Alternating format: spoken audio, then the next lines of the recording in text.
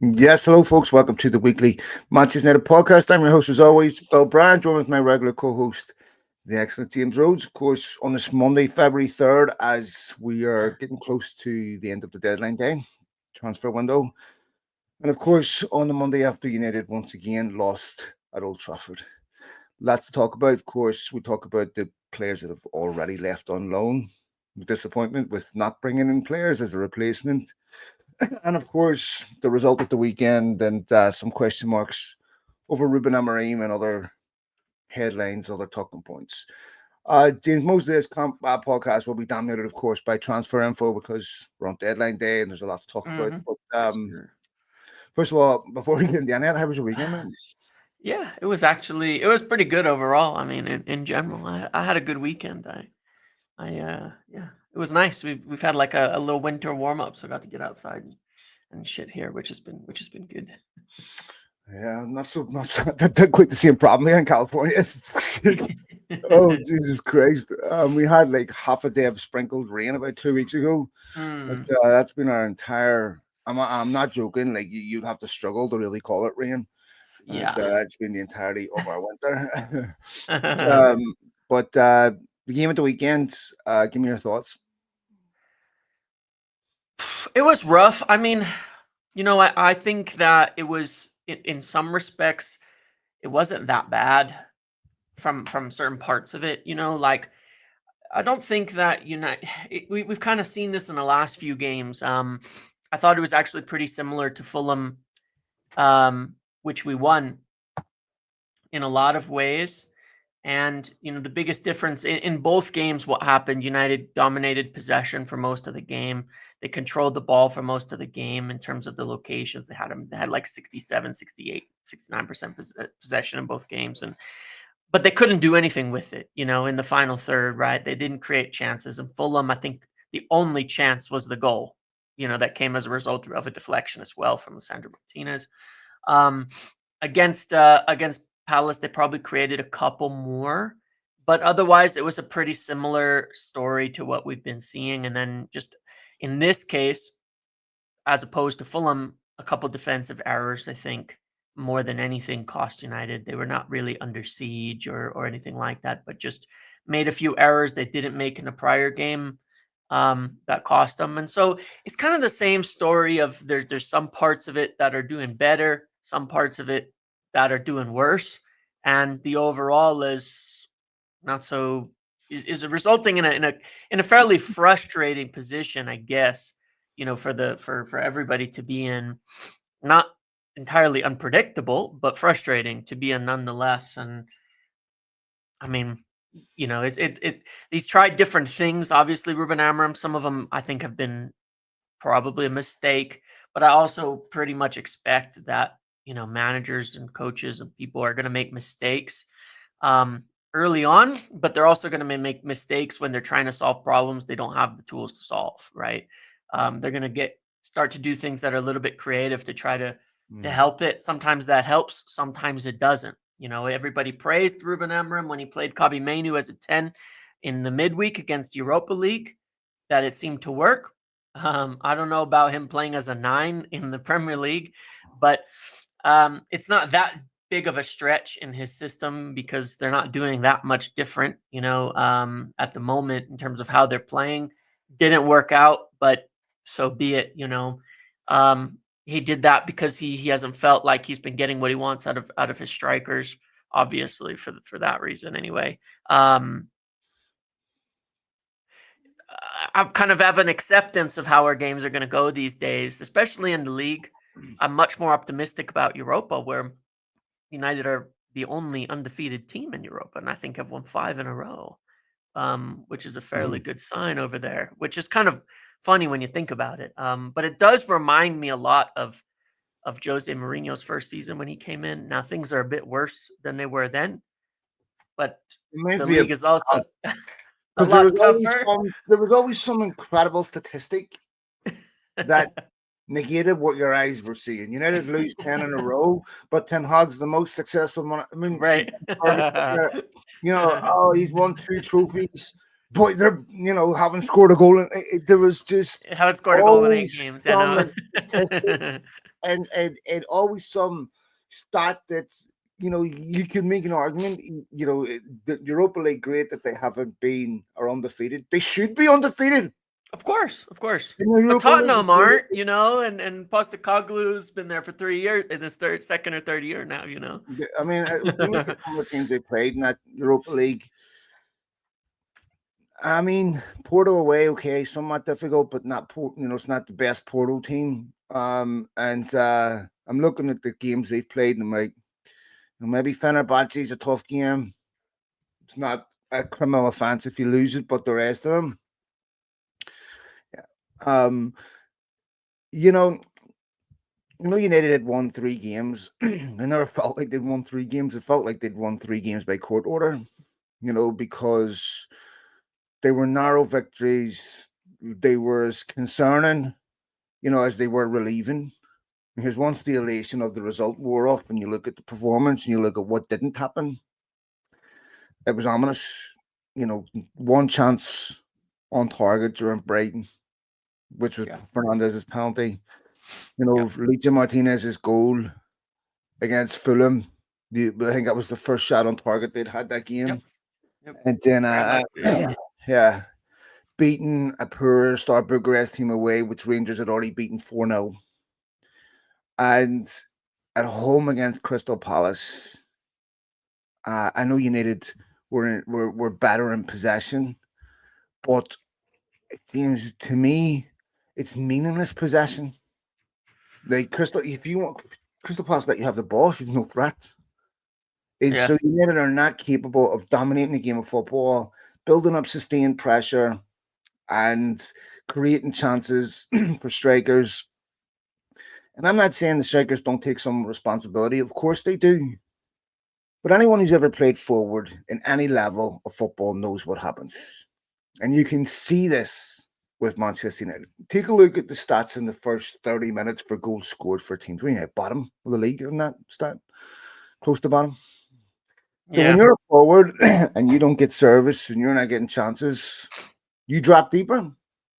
You Yep. start getting involved in the game. You start, you want the ball. You're getting frustrated that you're not getting touches on the ball. So then you start playing as a midfielder almost. And that will shred any striker's confidence, Mm-hmm. right? Yep. Because strikers can play an exceptional game, but if they don't score, it gets in their head. If they have a terrible game and they score, they feel okay because their first responsibility is to score goals. Mm-hmm. But strikers are like a roofer, and if you don't have any foundation to put a roof on, you can't blame a roofer. Yep. Don't create. I'm not exonerating these strikers; they have to do better. But United's goals are pretty much down to a couple of things: a mistake from the opposition, piece of individual magic, or a set piece. But very rarely as a result of how they build up play and take you apart. Yep. Yep. Agreed. Yeah. And so when I was watching Holland against Arsenal, and I know he scored, but he had 3 touches by the 40th minute. Like, this Yeah. is exactly what arguably the best finisher in the world would look like in this Man United team. And people after 6 months will be saying, get this fraud out. But before we can get there, and I'm not saying that Hoyland and Xerxes shouldn't do better, they should. But I'm concerned that even if you bring in any striker in the world right Yep. now, they're going to share exactly the same fate until you start fix what's behind them. Yep. Then strikers are like a closer in baseball. Yeah. They come in, they win you the game, right? Yep. But if you don't have a game I can't judge a striker on the chances they're not getting. If you're missing Yeah. chances I that you're know. if you're not getting chances, it's hard for me to judge a striker. Yep. You can have anyway. The thing is that to me, the problem is systemic at United. Sure. But Of on top course. of this, right, you have to think about where the football club are. The football club are dismantling everything they inherited. You Yep. can't build from this position until you get calm, consistency, and the people at the football club no longer fear for their jobs and they know they're a hire of the people that are there. Yep. Then you can build on that.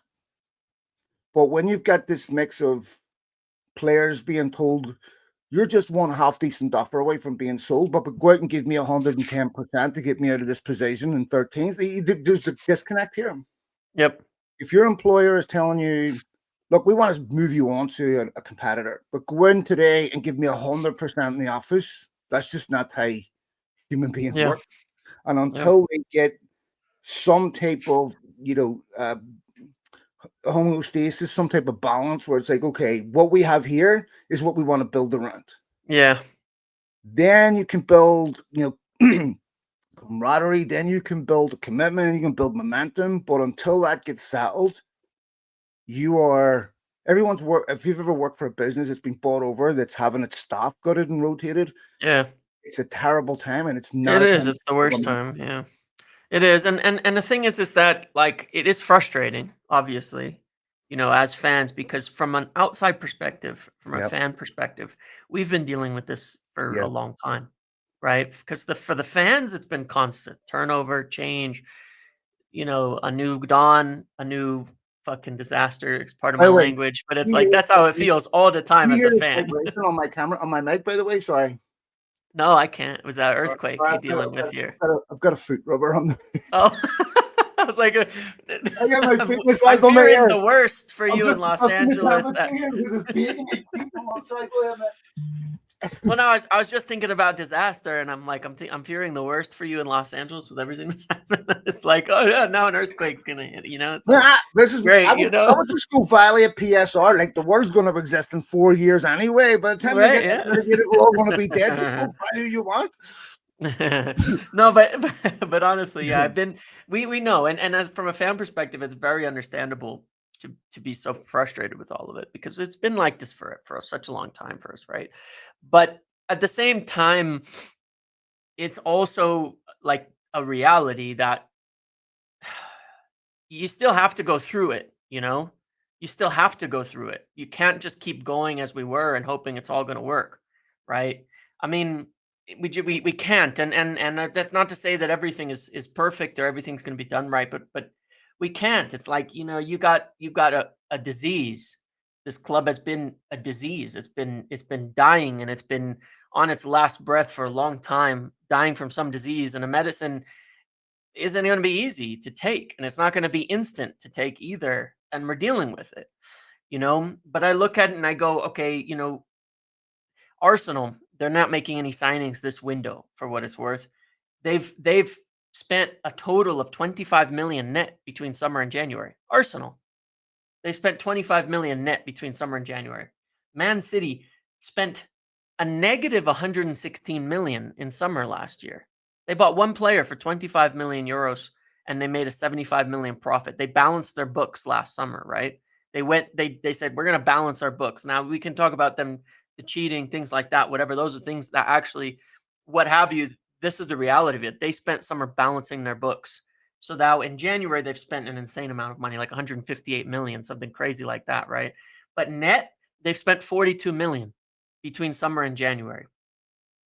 United have spent 141 million between summer and January net. So they've spent more than 3 times as much as these other clubs. Now, why is that the case, really? All those clubs sold well.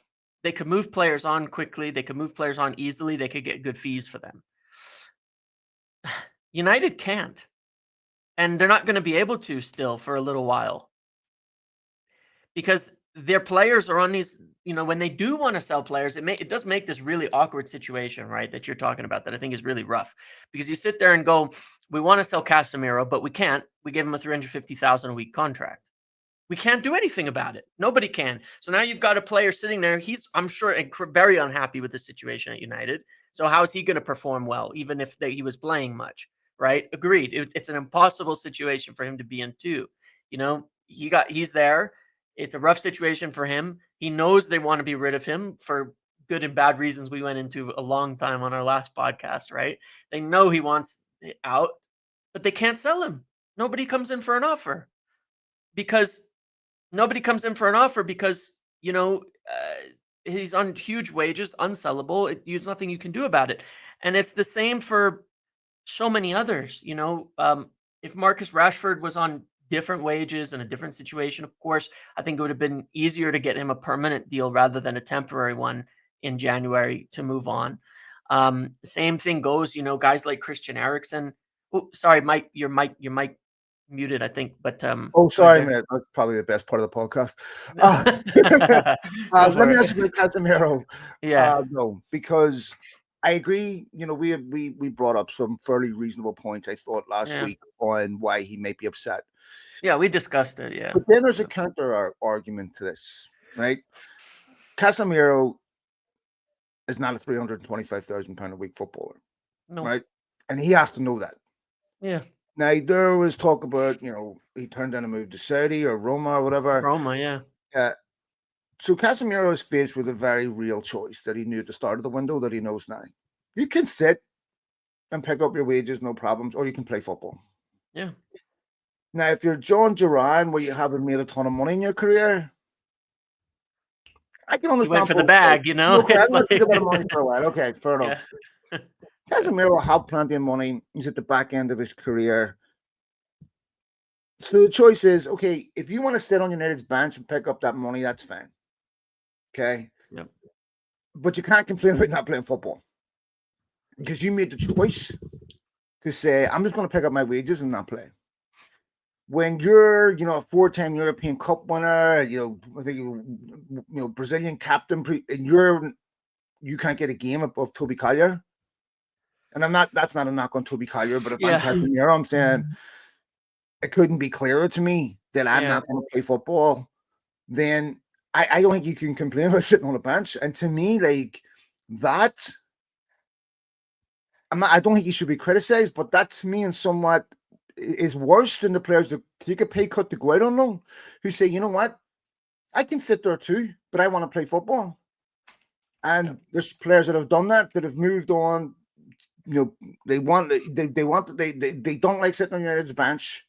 And in some sense, I commend the fact that they have not accepted that option.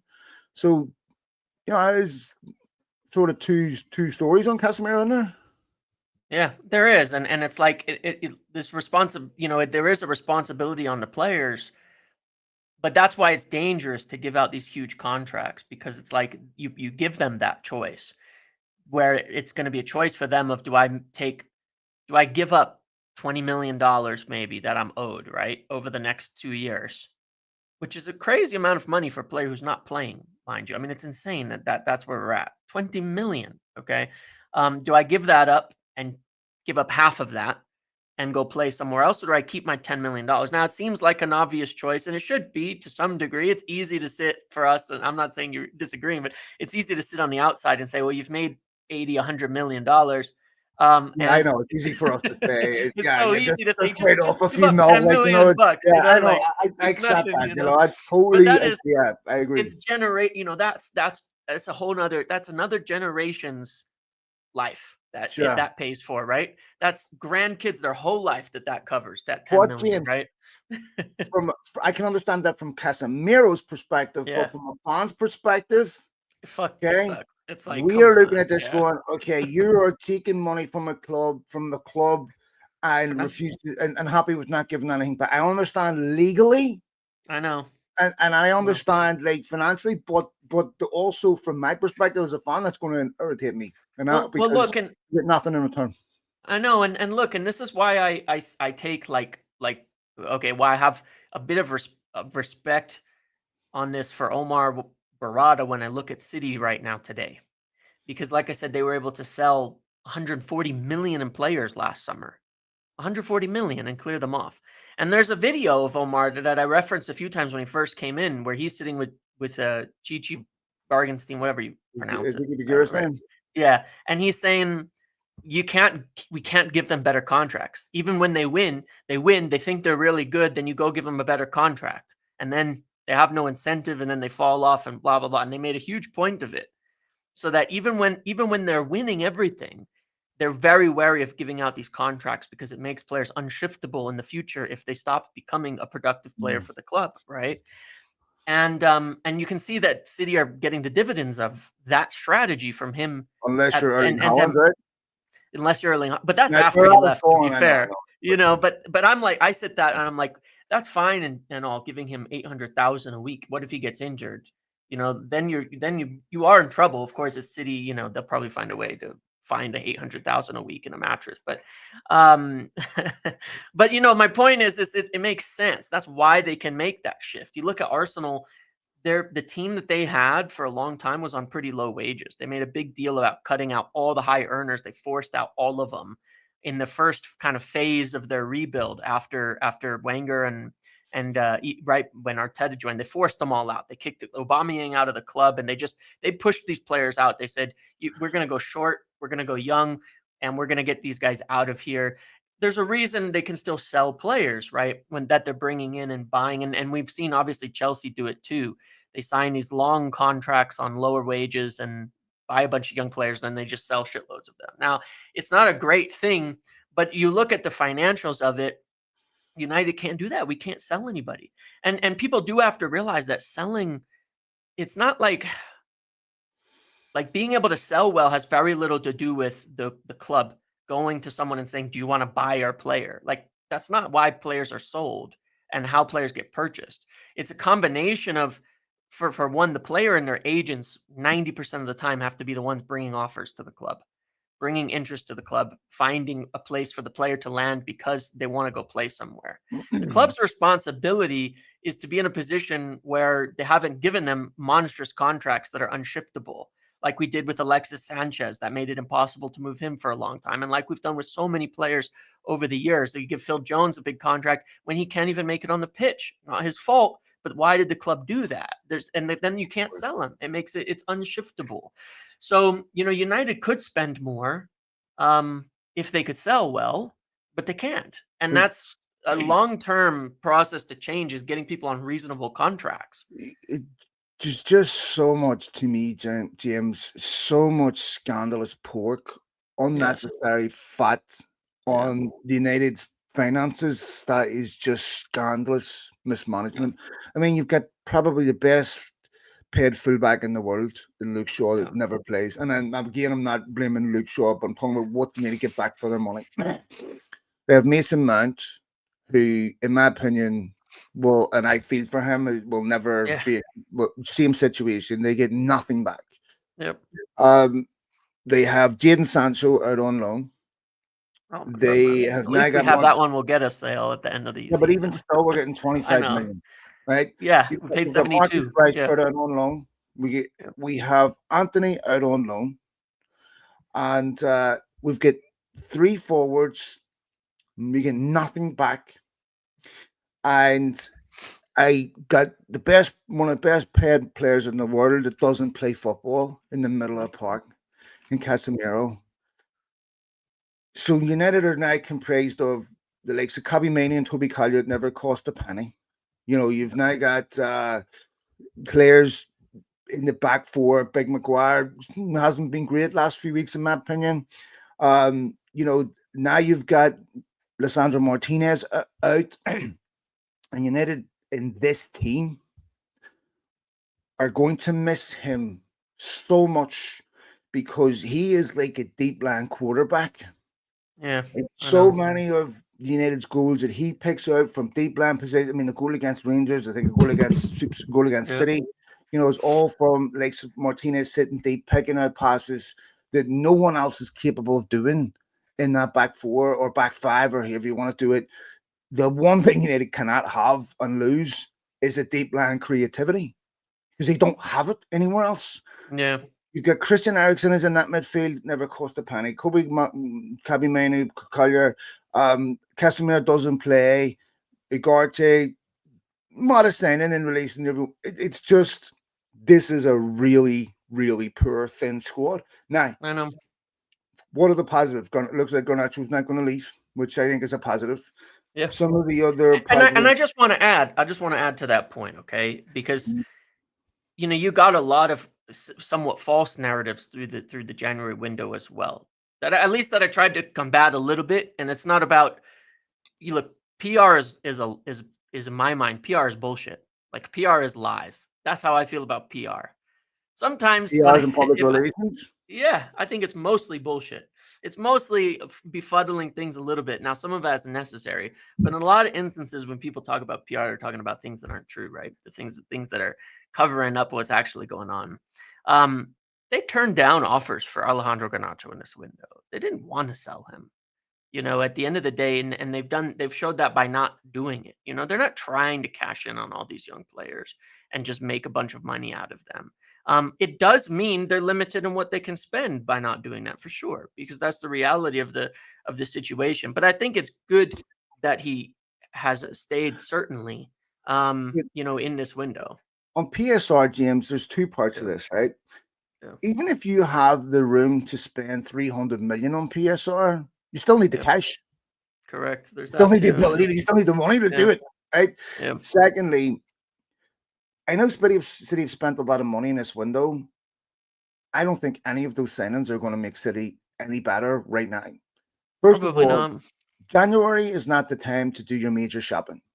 Yeah, I think maybe Marmouche might help them, and that's about it. Marmouche, Yeah, sure, but yeah, even still, if you young bringing in young defenders, 18, 20, and then throwing them in halfway through a season to a team that's losing and say, go. We saw Kusanov in his first and game. immediately, like in I 10 actually minutes, felt for like that kid. that is rough. That is rough. Yeah, Yeah, no, I actually felt for that kid a bit. I was like, yeah, first 5 minutes you give a goal away and a yellow card, kid must be wondering what has happened. But James, I remember Patrice Evra going to play at City in the first half in January and getting yeah, destroyed. Now, one of the differences, because Vidic and Evra is always brought up as an example of how you can buy well in January. There's yeah, one thing that's fundamentally different about that. United had both of those deals done before the start of the January transfer window. That wasn't the result. If we can get this guy out and get that guy out, and if we can get it, maybe he may come and they had a very clear, precise plan of what they wanted to do and how yep, they wanted to do it. yep, You can't turn around, in my opinion. The striker that you buy in January has to be the same striker you buy in the summer. Because yes, so if you're going to bring in a striker on loan, I'm only interested in a striker that's on loan that has a very realistic option of staying beyond the summer. Because we talked about does Amorim compromise to suit the players that he has? Either he gets the players that he needs, or we wait. If United are sitting 2 points off the top, where it's like, if we don't get the goals the second half of the season, it's going to cost us, then okay, maybe you take more of a risk. But United are not going to get relegated. There's three yep, teams worse than Man United, right? So, what realistically are they playing for at this point? The FA Cup and the Europa League. yep, If Europa League is obviously of enormous importance to United, for sure. Yes, right? But to me, bringing in someone like Mateus Tell is not getting you over the line in Europa League. It's not going to make that much of a difference. It'd yeah, be better to me bring that kid in the summer yep, when you're bringing in other players. The season's over. You're not bringing them into a football club that's darkness that's going to eat these players up and spit them out 6 months. yeah, So to me, yes, I want United the same players. I want them to stay striker. I want them to bring better players in. But I'm also fed up with quick fixes. correct, correct. And look, the thing is that, and this is why it didn't happen, right? I mean, there's a lot of kind of part of me United saying this, but briefs going out at the moment because they're United saying we're done with the window, we're not signing anybody, all of that. We kind of knew that yesterday, in my opinion, but but also about Mathis Tell, and if you look at the information that's out there from myself and others on this, it's that we wanted to do a loan for him if it included an option to buy. Because we're not going to sit there and say this 19-year-old who isn't playing right now is fixing our season and is temporary, And by the way, and you then take come your back 60 to million buy. option to buy up your arse for a kid Yeah, that hasn't exactly. scored a goal 60 this million, season. right. 60 million for a reserve Yeah, striker hasn't scored. Are you insane? I know. It's 60 mil? crazy. It's crazy. But listen, but Yeah. agreed, right? But it's also like, okay, then you got to pay a 6 million loan fee that we can't really afford, actually. Factually cannot afford a 6 million loan fee and full coverage of his wages. So we're going to pay out 10 to 12 million that gives us nothing back in return for Mhm. a 19-year-old. That's not going to save our season. That's not going to fix things. That's not going to guarantee us No. anything.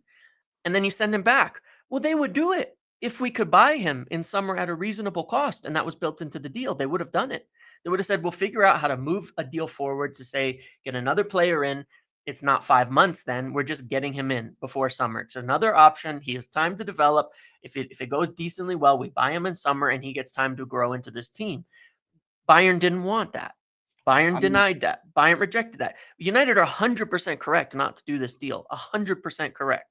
Objectively, it is they should not do this deal. It's not going to save them in the present, and there's no benefit in the long term. You are pissing money away for absolutely nothing. And it is a huge, huge gamble. And look, the fact of the matter is, Phil, we've been here before. First of all, United have made 2 permanent signings in this window. I understand that one was essentially a cheap free center back from Arsenal, but he is going to the first team, and he has been in the first team bench and environment for all year. The last time they made a purchase in January was Bruno Fernandes. So it's not like every year United usually was it spend really? in yeah. And the last one before that was Alexis Sanchez, which just didn't turn out so good. Jesus, that's an But yes, incredible. I didn't realize that the last we time went haven't. for. So Wow. Dorgu was the first guy we've bought in January since Bruno Fernandes. It's not like we always buy in January and they're cheap and everybody's going cheap suddenly. We made a purchase too in Mate, terms of permanent signings. Like just to it's finish up on the yeah. Matthias Tell thing, because I've been trying to shoehorn Yeah. this in for days and I've Yeah, never yeah, yeah, figured yeah. out Go how to ahead. do it. I mean, to me, it would be a bit embarrassing if you haven't scored all season. Whenever your great grandfather was able to shoot apples off someone's head, you know. Yep. Please tell me you got that joke. William I Tell got the it. apple. Come I on, it's the got it. second time I I just got been a it. joke to you, I mate. got it. I got it. But why didn't you? I just don't think it was fucking funny. I thought it was funny. Because it wasn't that fucking I thought it funny, was Phil. funny. In my head, I was like wheezing, Phil, laughing. You know, I but find you I find you funny when you don't intend to be, and I don't mean that as an insult. okay. Uh, it's, I will note that. That's. I thought I was hilarious. You know, but anyway, Mhm. on that. Don't we all? Don't we all? No, My bad. My bad. there's no coming back for that, Tuesday. Oh, fuck's sake, you're getting cancelled for that. I'm telling you, that's unacceptable. Um, well, so I'm just reading the Elon Musk right now to put you on the list. So Gotta Elon Musk, cancel my payments. put him on the list, right? Up against the wall. No, listen, the United, we know they need a striker. We know they need a Yeah. lot more, but the summer is the time to do it. And I agree. You can't what we criticize them for bringing in people like Eden Heaven. Yeah. You have this is exactly what we've criticized them for not doing before, Yeah. in bringing in young players and investing in the academy and having for me a stronger academy that produces for the first team. But we talked about this in relation to City. Yep. City have you said Barada sells all these academy graduates, and why aren't City not reaching into their academy to bring in young players? Yeah. Instead of going out and spending 250, like if you're a kid in City's academy, if you can't get a game now, when are you Yeah. getting in? Yeah.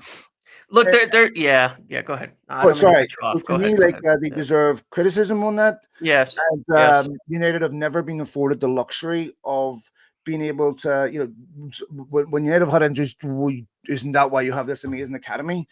So there is a bit of a double standard. At Yeah, there is. There even is. if Like, why United, can't we use young guys now, like yeah, Aiden I'm okay Heaven? with it. Like we should be.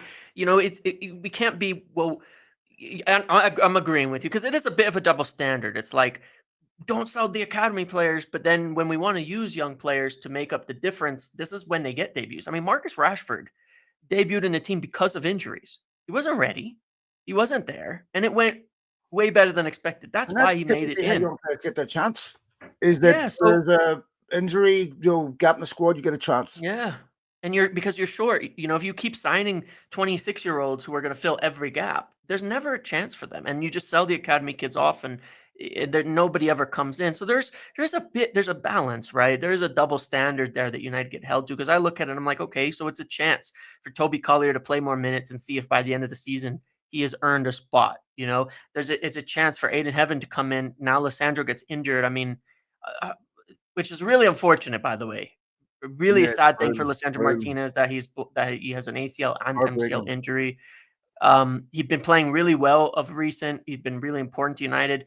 He's obviously a player who cares so much every second he steps on the pitch, every second he plays, every second he tries. works Mhm. hard, fights hard, a standard, and sets a great example for everybody in United squad. And it is an absolute shame that he has picked up this injury now. It really is. Huge. Yeah, I mean, beyond the fact that he's an important player, he brings something to United that they don't currently Yeah. have and that they miss. He's left-footed. I wonder who will end up filling that left-footed centre back slot. It's incredible, James, that on the day United sign a left wing back, they lose their left-footed centre back. I mean, I know a lot of United's demise, they're architects of it, but they have truly Holy shit, man! The luck incredible is just misfortune. unbelievable. Like, Yeah. if I'm looking at that team and saying, give me two or three players, you would pick out that you pray never get injured. Yeah. It's Martinez. When Martinez got injured in Ten Hag's first season, that's Yeah. when everything. I mean, truthfully, United never really recovered from that, even in the second season. Correct. Yeah. And we never quite got back the player we had. And you Agreed. worry about the impact of repeated ACL, MCL injuries. I've had 6 knee surgeries, James, and anyone that's ever had knee surgery will know you lose range of motion. You're never quite the same again, and even the muscle buildup, everything else is completely different. You get atrophy in one leg, and then you're trying to balance it out if it's not your strong leg, and then you come back and you're very susceptible to muscle injuries because Yeah. you know the the way that rehabilitation is not a perfect exact science. It changes from player to player based on very different biological differences and United hadn't exactly handled his previous injuries exceptionally well. I think they'll do that this time. But Yes. devastation couldn't have gone much worse. And one player that I really didn't want. You wouldn't wish it on anyone, but was really Yeah. hoping to. It I was one do of the think worst possible ones for it to happen to for United at this point in time, for sure. Agreed. you think if there was one area, like we talked about with striker, you have to Yeah. sign a striker in the summer. I still think United would have signed a Dorgu in the Yes. summer. That's still something I could see them doing. And to me, if there's one obvious position you could fill that would instantly improve you, it would be a left wing back Yeah. because that's like United have been driving with 3 wheels. So now you've got four. Yes. And Dorgu will make United a better team. Now, it Well, might and, take him a little bit of time to settle in, but he will make United a yeah. better team. Well, I agree with you entirely on this point because I look at, when we talk about strikers and things like that and talk about the chance creation and talk about, there's only so much they can do. And you look at strikers in the best teams, and when the rest of the team isn't functioning around them, there's little that they can do. And honestly, like, I think 100%, I believe, because I don't think you can look at a position and one spot of the football team in a vacuum. There's 11 players all playing together at the same time, doing the same thing, and the actions that each of them take interact and affect one another extremely so, like dramatically. We saw when United had no number 6 in the midfield, nobody to clean up, nobody to tackle, how much damage it could cause in terms of its effect on the whole team. These things happen.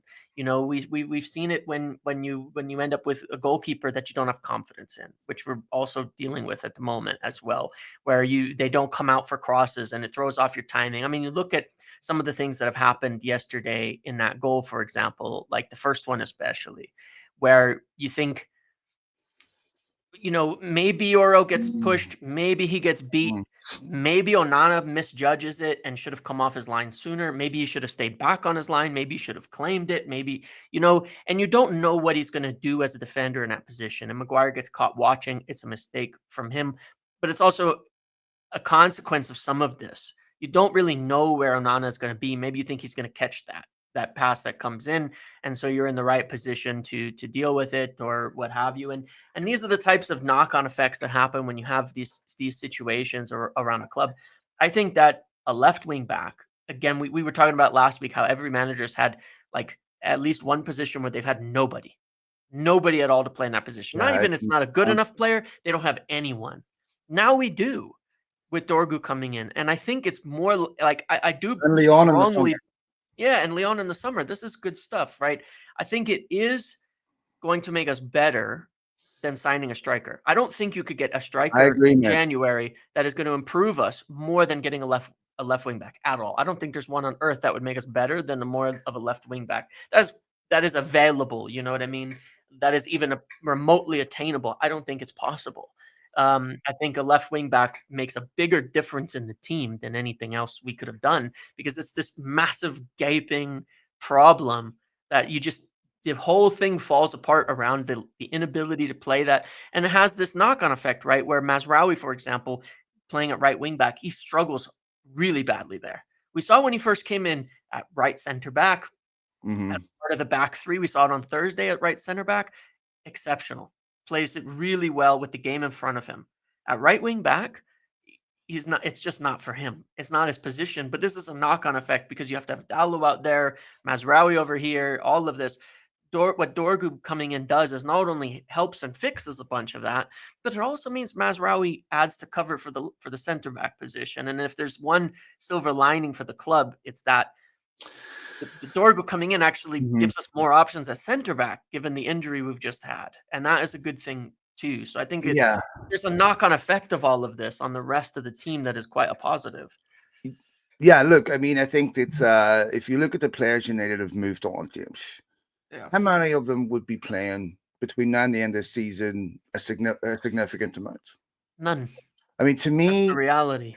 uh, to me, Anthony, of course, I'm gonna like probably there's probably not many people agree with me, but I think Anthony's a much better player than what we've ever seen.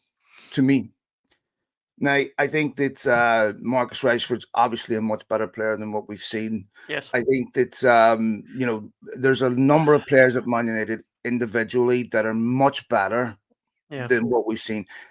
I go back to something that Ronaldo was saying, which I've said many times myself. If the water in the aquarium is contaminated, you take the fish out, you put them back in, they're still going to get sick. Yeah. Yeah. Obviously, United's main issue is environmental. Obviously, right? And they've never had a real serious collective team goal from the top down that has been defined as success or failure. Like if you sat down with the Glazers and said, define success, you don't get a football answer.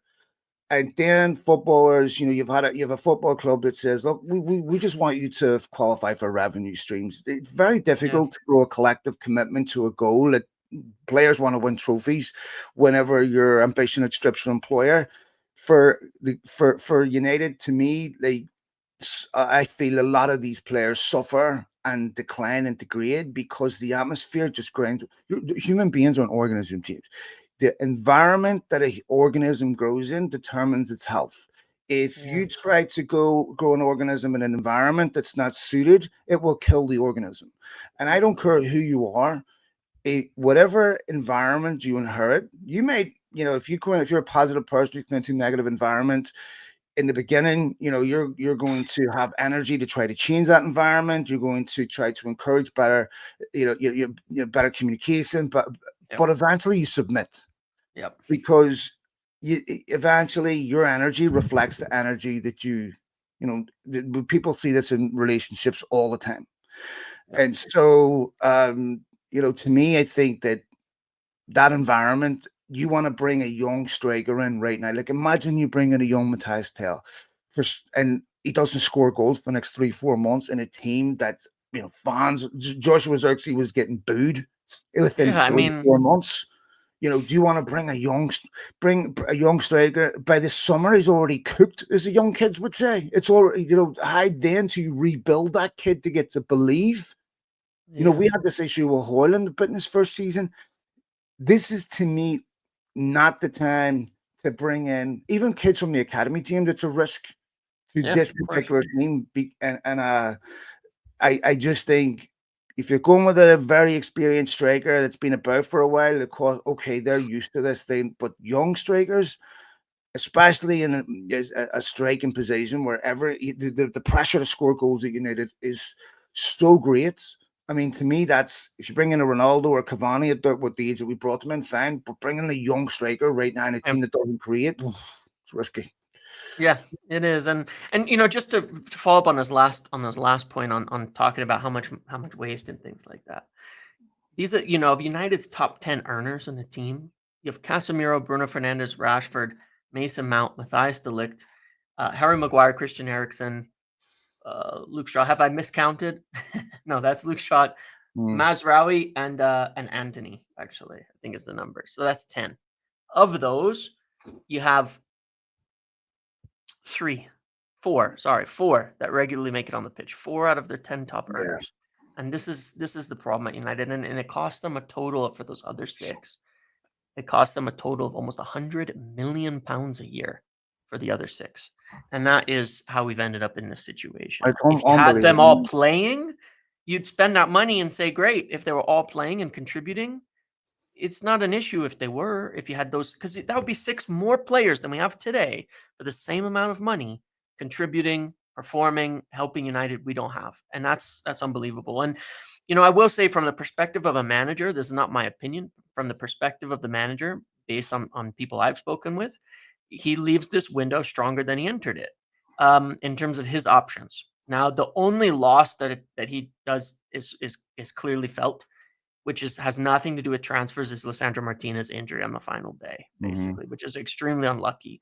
Um, Marcus Rashford wasn't going to play for Ruben Amorim, not because Rashford refused to, but Amorim made that choice. So from his perspective, Rashford was not an option for him. Anthony was someone that he deployed sort of as an emergency wing back in a few games. He signed Dorgu, who will provide a starting level replacement, in there. And he brought in young Aiden Heaven as well, who will be in the first team. How much he plays, fine. But from his perspective, he leaves the window with more than he started. And that's a little bit hard to swallow to a degree when you look at it from the outside perspective. But that is the feeling of him and the people within the club. Um, I think it should also be noted, Ruben Amorim isn't an idiot. I think people go on about like far too long. Um, what I mean by that is, you use the word a lot, which I've started to like, which is infantilizing him. He's an adult. He's a grown man. He did not walk in here with the wool over his eyes on and being Hmm. promised he'd have 200 million to spend in January. Hmm. No one lied to him. He made these decisions. He made the decision himself not to include Marcus Rashford. That was his call. He made that decision. That is his choice firmly, and he knew, I'm going to be short a player doing that I may not get to buy anybody to replace. Yeah. He made that call. And I'm not using that as a stick to beat him with. I'm saying, don't treat him like a child and say like he's being left out in the cold and yada yada and all of this and that. He's firmly on the same page with everybody on what's going on, and made these choices himself. And they gave him the choice too. Would you sell Garnacho to bring in players if you wanted to? Because that's what we'll have to do from a financial perspective. He chose to keep Garnacho. Good. He thinks that's the right choice. It might well be. It probably is at this point in time. But he's made a lot of choices that, Mm.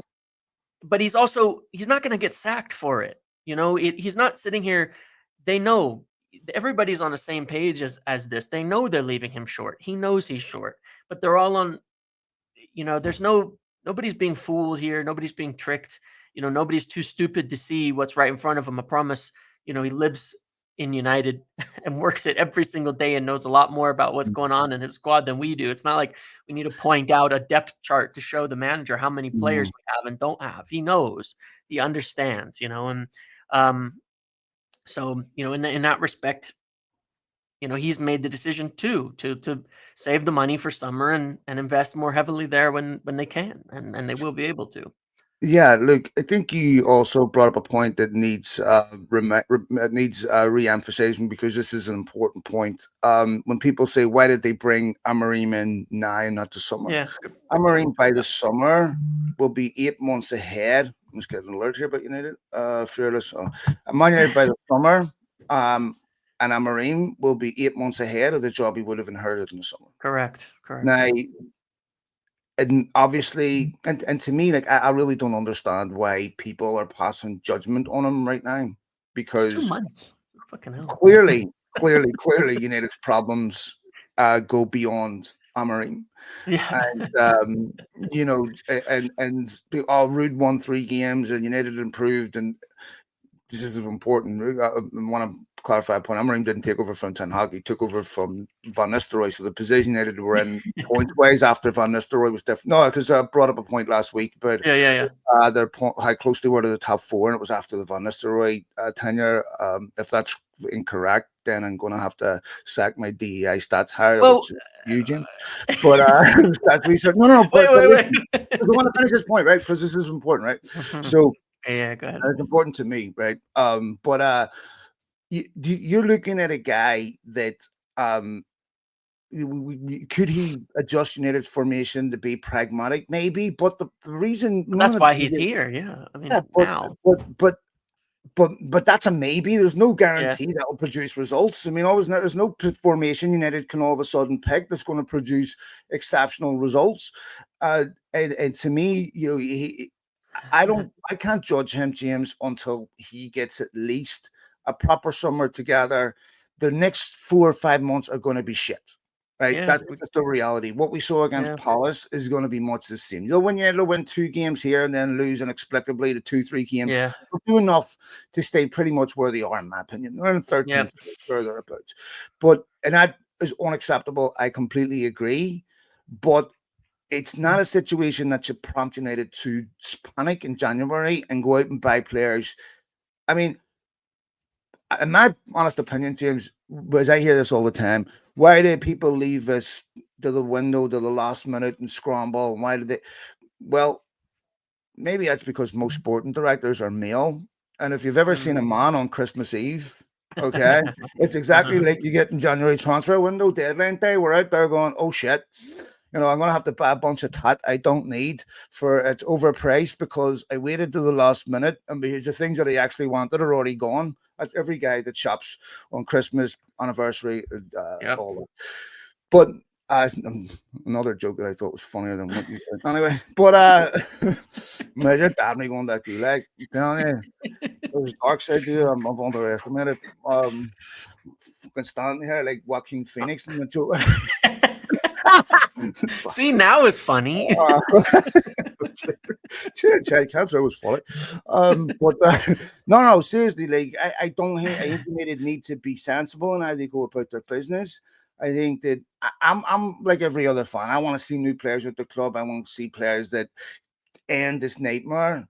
But I don't want to sit here in the summer and going, if we had waited 3, 4 months, the difference in players that you sign in January versus now is completely different. And I agree with Amorim that if we don't do something different in how we've been doing it before, we're going to be exactly where we are a year from Yeah, now.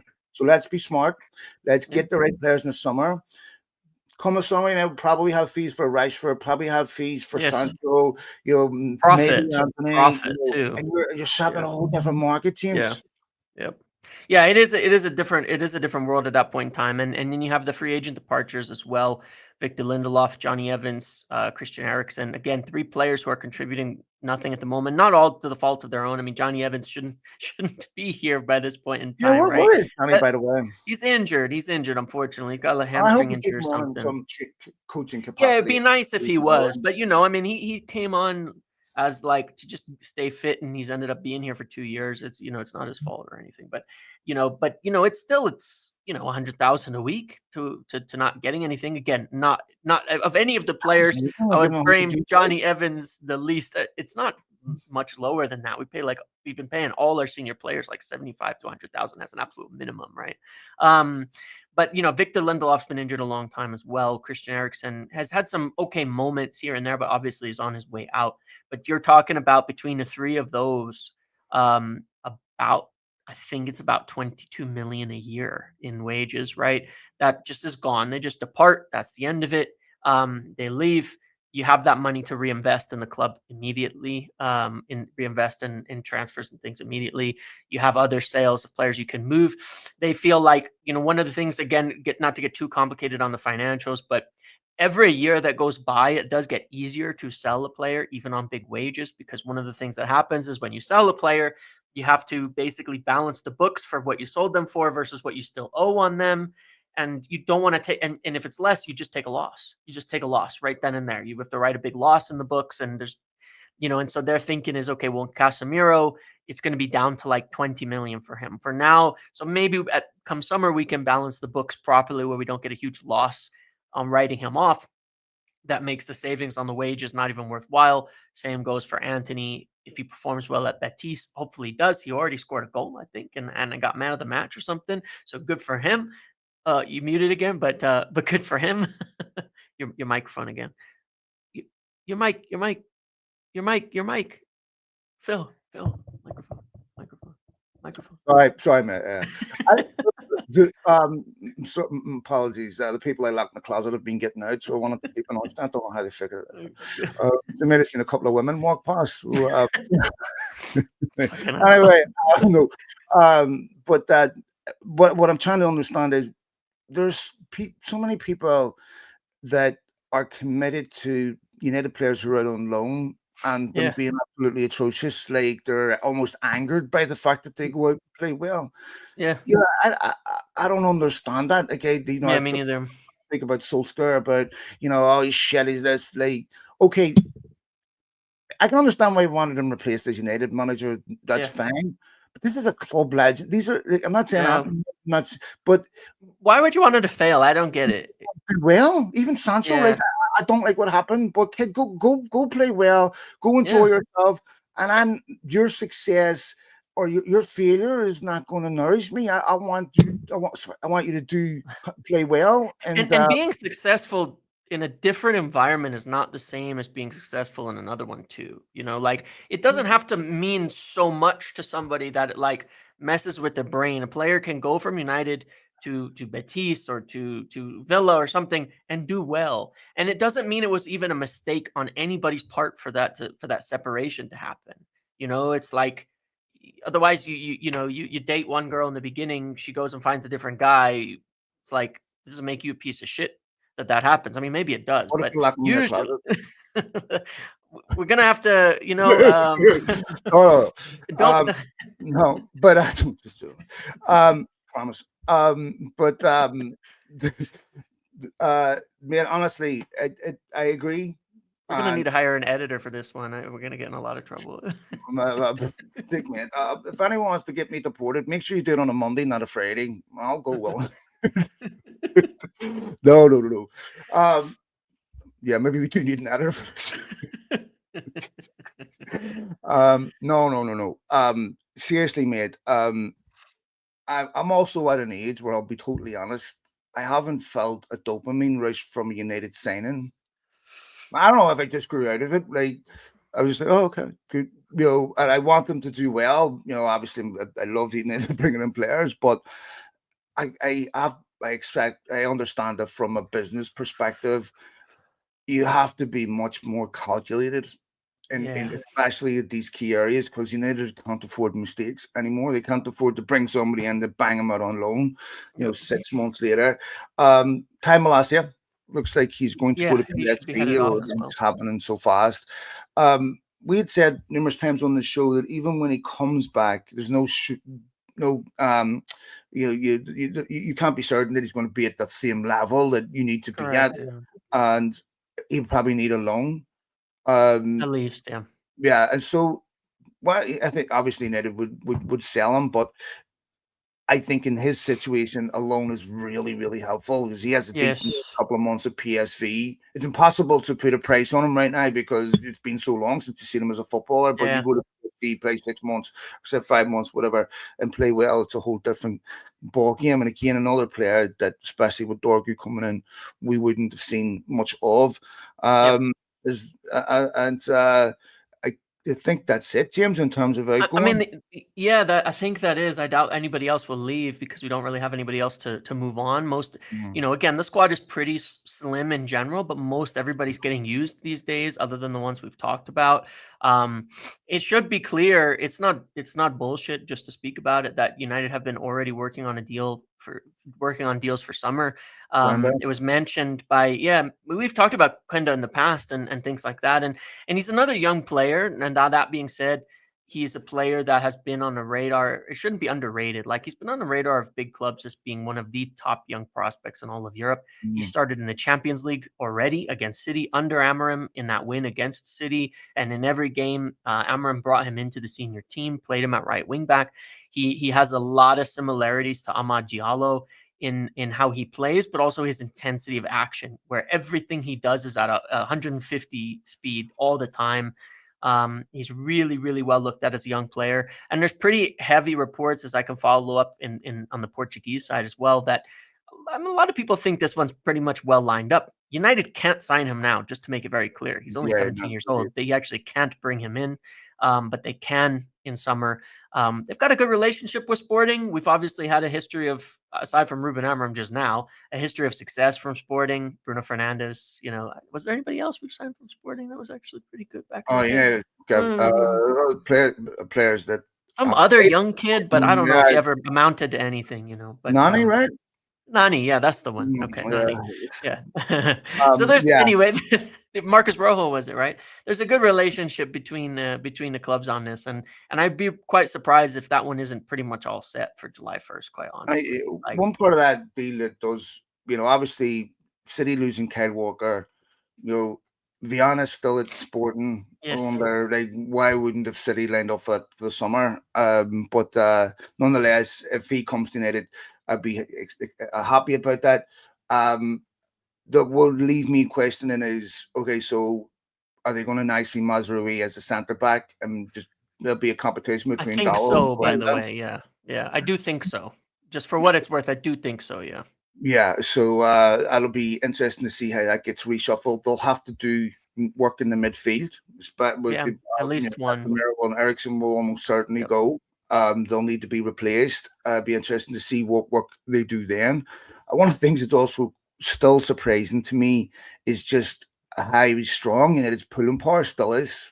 I You know. know, and United outside of the UK have this massive reputation in Europe as a super club, and so they're still able to have this enormous pulling power to get players in. Yep. So it's still, regardless of what happens, United stay in the same position between now and the end of the season. They're going to still have that, but Yep. I think that the there will obviously, and I'm sure United's budget's already factoring in not having Champions League this summer. Yes.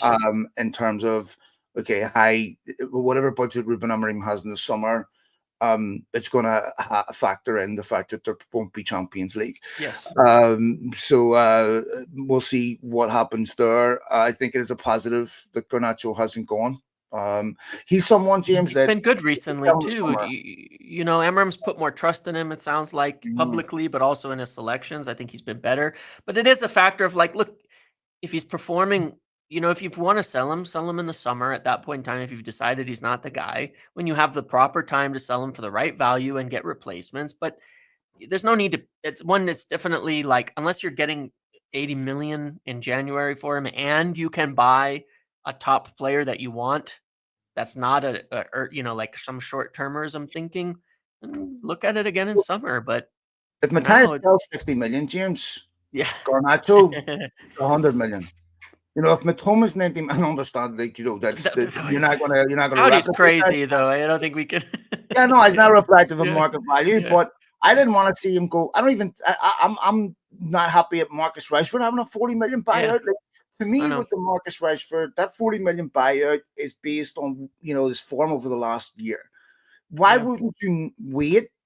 If Marcus Rashford has a really good 4 or 5 months at Villa, he's going to have a lot of interest in him Yes. that will extend beyond 40 million. Now he can turn Villa down, Yeah, just no, to I be know, of very course, clear. he So can. yeah, yeah, But United have already set a price for him, James. yeah.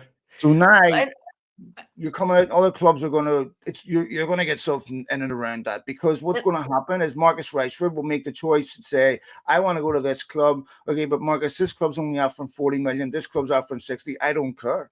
You said yeah. you'd sell me to Villa for 40. Now I want to go. Like, to me, I just don't understand But to be why to be fair, the yeah, value do I that. know. I think it's, to some degree. I think it's I don't know if I'd call it a kindness, because it seems like it's odd that would happen. But I think it's I think it is fair given everything that's gone on, and I think there is some recognition among certain people, not everybody, but a recognition among certain people that the where we've ended up today as a club with Rashford, there's a lot of people to blame for how Of things course. have went, right? And I think there is recognition of that. I can tell you for sure there are people we've Mhm. talked about this, so you know, but I can and I've said it before myself, but I know for sure there are people higher up in United that are not they're not it's not they don't hate Rashford and they're not thrilled with where things have ended up, and they knew Mhm. there was already a lot of tension coming into the season between him and the club and some of the things that have gone on, um, unfortunately, right? And so I think there's a bit of like, he's been here again 20 years since he was 7 years old. A bit of it gives him an easier time to go in summer and makes it more likely that it's going to happen either way, by kind of setting that price there, and potentially if he performs decently well at Villa, it means everybody can, if Barcelona can come in for 40 million in summer, then it makes it easy for him to get the move to Barcelona if that's where he wants to go at that point in time. So No, I certainly mean, for markets and his it's people, then yes, absolutely. I think But it's kind of decent for him, I guess, is what I'm saying. And so maybe that's intentional. I can't say for sure that it is, but maybe it is intentional to make it a little easier for him in the future. I don't think so, no. But maybe not. I I just mean, don't it's think not United think like that. I just don't think fair. Maybe they the don't. benevolence to Maybe say, they hey, don't. let me set a low benchmark, Yeah. so that you can be met that will help you. I mean, James, with the Marcus Rashford thing, to me, I know there's a lot of people listening to this that have anger and resentment and don't share any of my nuance on this, and I Yeah. respect that. My information ecosystem is a bit different.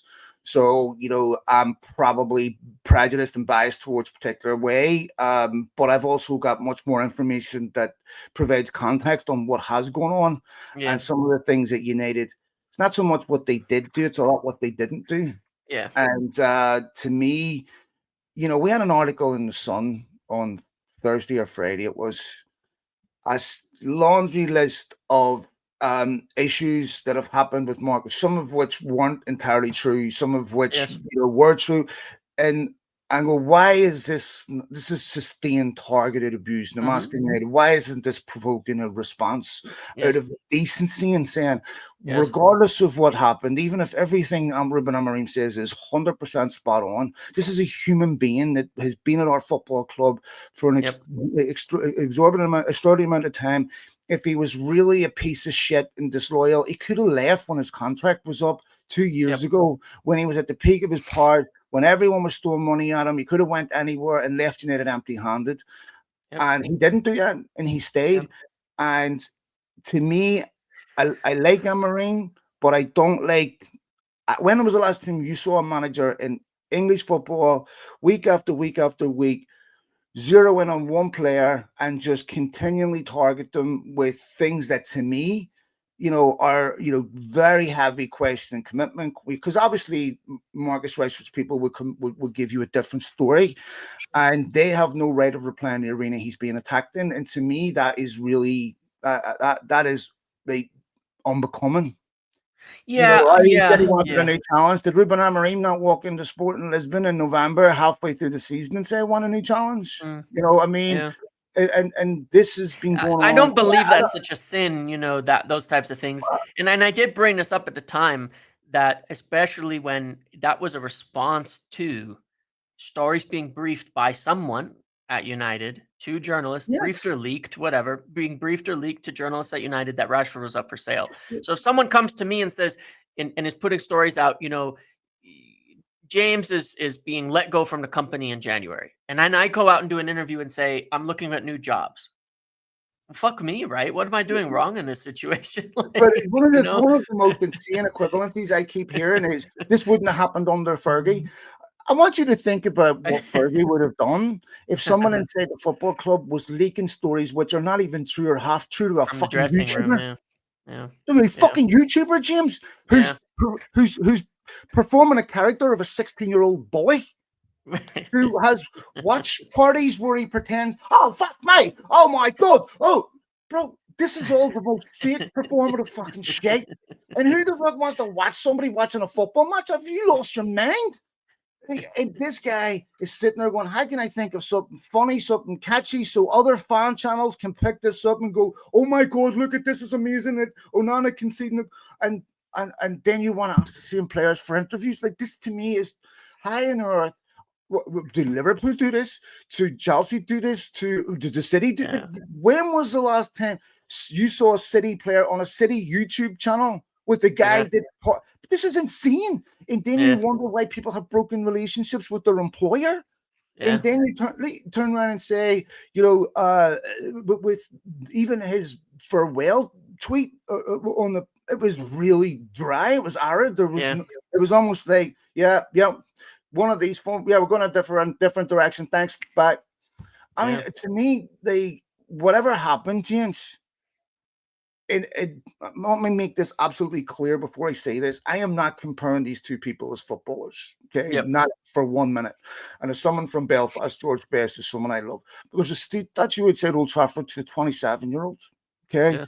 who Marcus Rashford's goals to game ratio was better, by the way, but Hmm. George Best is lads. Okay, and I will obviously I'm not making that comparison, so please don't ever try to attack me on that. What I'm trying to attack you on is the time forgives, right? Marcus will be, Yeah. the wind will heal over time, and I want him to go to Aston Villa and do well. But talking about a player had issues off the pitch, Marcus isn't Yeah. coming and getting arrested. He's not beating up women. Yeah. He's not, being pictured at 3 in the morning off his head. He's not, going to jail. What has he really done? Fine if the manager has an opinion on him that he doesn't meet a certain standard to get in the team. Ruben Amorim's every right to make that decision. That's between Yeah. Marcus Rashford and the manager. But even today, James, the Daily Mail put a fucking article up saying, questioning his appearance at Aston I Villa's. know. I mean, I what know. is wrong with these It's people? disgusting. It's honestly Imagine how you disgusting. are as a human being reading that every day, Yeah. and then think that you can go out and be like that is disgraceful. There Yeah. has to be a threshold that says, if imagine this was me in this situation every day, could I perform at my? It would be impossible, Yeah. simply Yep. impossible. Yep. And I think to me, the club has to have a little bit more resilience and say, no, you are not attacking our employees. Well, Garnacho had his issue with the fans. It was unacceptable, and the club came out and supported him, right? But we have a Yep. situation now where Marcus Rashford was treated worse by United than Mason Greenwood, and that's a fact. Yeah. And I'm sorry, It's shocking, man. Hmm. I define anyone and their values by how they apply them to the people they least Yep. want to apply them to. Correct. That's the Yes. resilience test. Not when it's convenient to apply them to someone. When you apply certain standards to people you don't want to apply them to, that is how Yep. you define them. Anyway, mate, just disappointing on that end. And that's something that as a football club, United have to fix. This is a club where we're going to Yes. protect our players, a club that you want to come to, a club that is it breathes an atmosphere that cares about how you are as a human being. That to me Agreed. is very important. 100%. All right, matey, anything else before we go? That should do it. I think that's all we've got. So we've obviously, advanced in the Europa League. We'll have I think it's a cup game on Friday is our next one. A bit more training time, midweeks off, I think, for the next 2 or 3 weeks for Mhm. United. So hopefully it's an opportunity, more time on the training ground, more time to get the new young players into the team. And hopefully, we've seen some good performance off the back of when they had midweeks available. Not long ago, we saw things like Liverpool and such, and so hopefully we'll see some improvement there. But otherwise, that about does it. Okay. Hopefully, I agree. Hopefully, look, like I said, it'll be a rough few months, but we'll see what happens over the summer. But we will be back again next week, mate. Take it easy, Jamesy. Thanks to each and See you every one later. of you for downloading the Yes. podcast. All the best, folks. Bye.